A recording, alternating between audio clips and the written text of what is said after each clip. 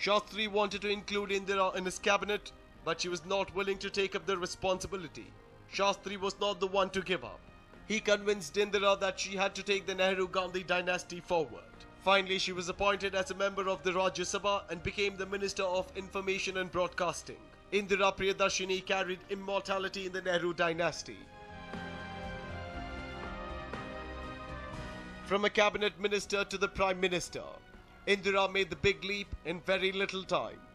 The untimely, mysterious death of Lal Bahadur Shastri in Russia forced the Congress party to look up to the Nehru-Gandhi dynasty for a suitable successor. Now Indira was ready to step in, but arch-rival Morarji Desai proved to be a major roadblock. Morarji Desai was proving to be a major roadblock for Indira Gandhi. He demanded a vote of confidence. Out of the 14 chief ministers, 11 supported Indira Gandhi. After the vote of confidence, and she emerged as a clear undisputed winner. In the coming years, Indira Gandhi faced many challenges.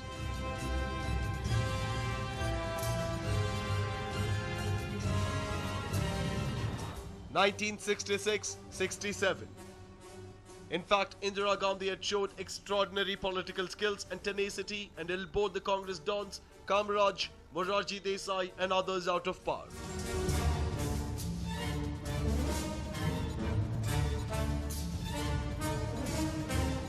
Unfortunately, under her governance, major droughts plagued India. There was death and destruction everywhere. Indira had no answers when the opposition raised questions in the parliament. To clean a tarnished image, Indira brought in many socialistic reforms. Her first step was to nationalize 14 commercial banks, and with this step, she killed two birds with a single stone. After announcing the decision to nationalize the 14 banks in July, Indira Gandhi herself took over the finance portfolio, making it difficult for Morarji Desai to remain in the cabinet.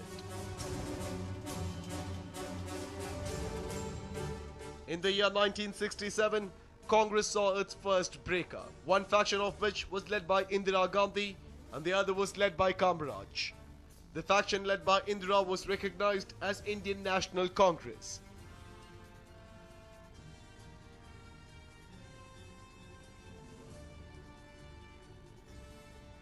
After the death of President Zakir Hussain, it was time to elect a new president. Her opponents within the party, known as the Syndicate, proposed Speaker Neelam Sanjeeva Reddy's name for the coveted post of President of India.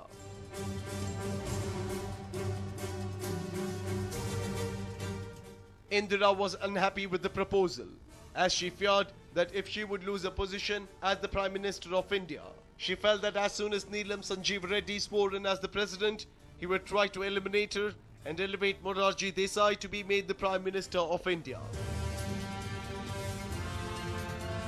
The official Congress candidate for the presidential election of 1969 was Neelam Sanjeeva Reddy. However, Indira had a trick up her sleeve. V.V. Giri filed his papers as an independent candidate and received her support.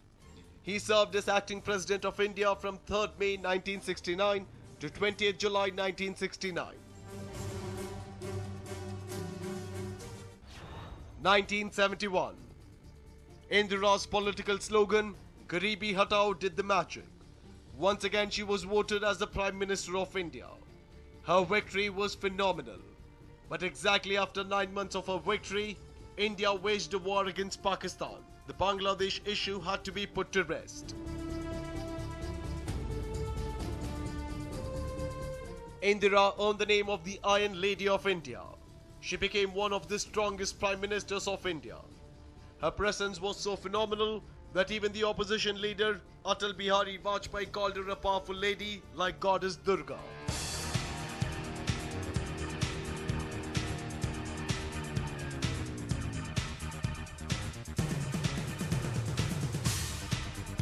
After facing years of opposition and challenges, finally Indira Gandhi seemed to have settled down. After a long time it seemed like Indira was smiling again. Her younger son Sanjay came back home after completing his education abroad. Elder son Rajiv got married to Sonia Gandhi. The entire family finally was happy under one roof in one Safdarjung Road.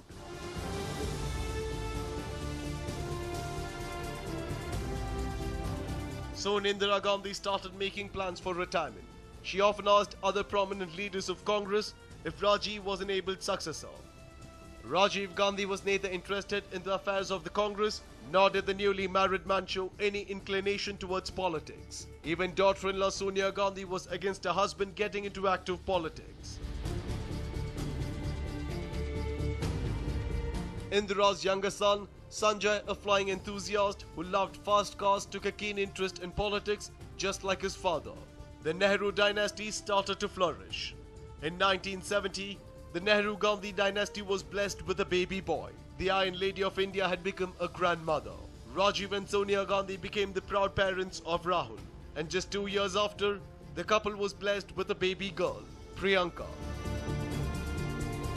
At home, Indira was like any other grandma, spending time with her grandchildren. But outside home at office, she was a tough Congress enforcer, fighting any opposition that came her way. In 1973, the opposition party took to the streets to protest against dynasty politics. They even alleged the government of India runs from Sanjay's room in number 1 Safdarjung Road. The Nehru family by now had become accustomed to criticism. They knew how to juggle private life with their public life. Somewhere around the same time, Sanjay Gandhi got married to Menaka Gandhi. 12 June 1975. Delhi and North India were rocked by angry demonstrations at high inflation, the poor state of the economy, rampant corruption, and the poor standards of living. A verdict from Allahabad High Court shook the foundation of the Nehru-Gandhi family. The High Court of Allahabad declared Indira Gandhi's election to the Lok Sabha void on grounds of electoral malpractice. Indira was forced to step down. She was forced to resign. But after seeking advice from younger son Sanjay Gandhi, Indira Gandhi challenged the High Court verdict in Supreme Court. 4 days later, the Supreme Court verdict was announced in her favor. After Supreme Court's verdict, it was time for Indira to take on her rivals. To avenge the insult, she declared a state of emergency, under which her political foes were imprisoned, constitutional rights abrogated, and the press placed under strict censorship. Indira Gandhi, the Iron Lady of India, one of the most infamous incidents during her tenure as the Prime Minister was the emergency. Many of her rivals and opposition leaders were jailed. Even a censorship on the press was laid. 26 June 1975. In the face of growing opposition, in 1975, Indira Gandhi had declared a national emergency through All India Radio. Declaring of the emergency curtailed the power of courts and unleashed a police state. Going by what Sanjay was doing, people started feeling that they were being ruled by a monarch. It was around this time that Indira Gandhi's public image dipped lower than ever.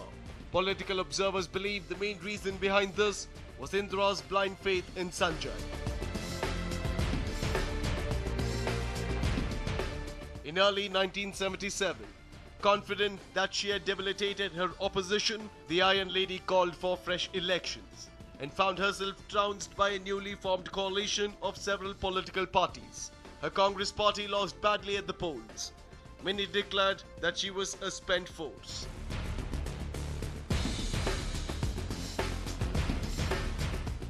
"21 months after the emergency, Indira had to take a back seat. Elections were held, and it was no surprise when Congress tasted a massive defeat. Indira Gandhi was even jailed. Well, as they say, nobody can ever predict what happens in politics.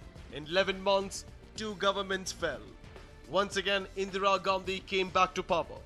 She got back what once belonged to her, but she lost the successor of a political throne forever.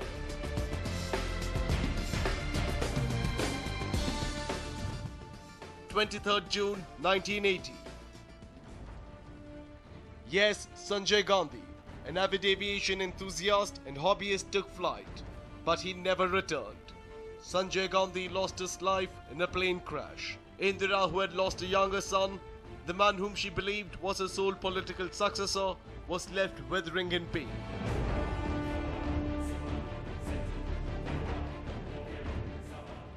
In the post-emergency period of her prime ministership, Indira Gandhi was preoccupied by efforts to resolve the political problems in the state of Punjab. In an attempt to crush the secessionist movement of Sikh militants, led by Jarnail Singh Bhindranwale, she ordered an assault upon the holiest Sikh shrine in Amritsar, the Golden Temple.